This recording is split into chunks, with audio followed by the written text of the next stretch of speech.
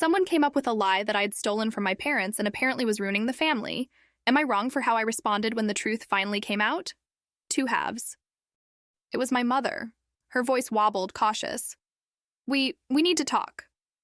Turns out my cousin had confessed. He'd taken the money. Said he panicked, thought he'd get caught, and use my name as a shield. Because he knew they'd believe it. And he was right. When I went back to the house, everything looked the same.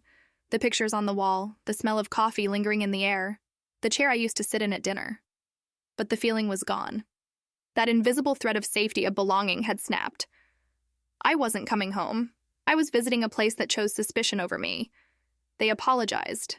They said they'd made a mistake. They said they'd been scared, desperate, pressured, but none of it mattered. Because when the choice came, believe in their daughter or believe a rumor, they didn't hesitate. And that's when I realized something I carry with me to this day. Family isn't blood. Blood makes you related. But family? Family is who stays when it's ugly, when it's uncertain, when the truth isn't obvious, but they choose to trust you anyway. I stopped looking for home in that house. Instead, I built my own definition of it.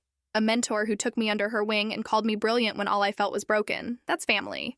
Friends who showed up on birthdays with homemade cakes because they knew I had no one else to celebrate with.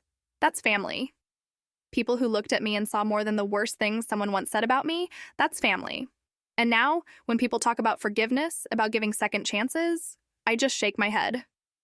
Forgiveness doesn't rebuild what they tore down. Some doors, once locked, can never be opened again. The truth is, I don't miss my parents. Not really. I miss the idea of them. The version of them I used to believe in. But that version never existed. And so when people ask me about family, I tell them the truth. Family isn't blood.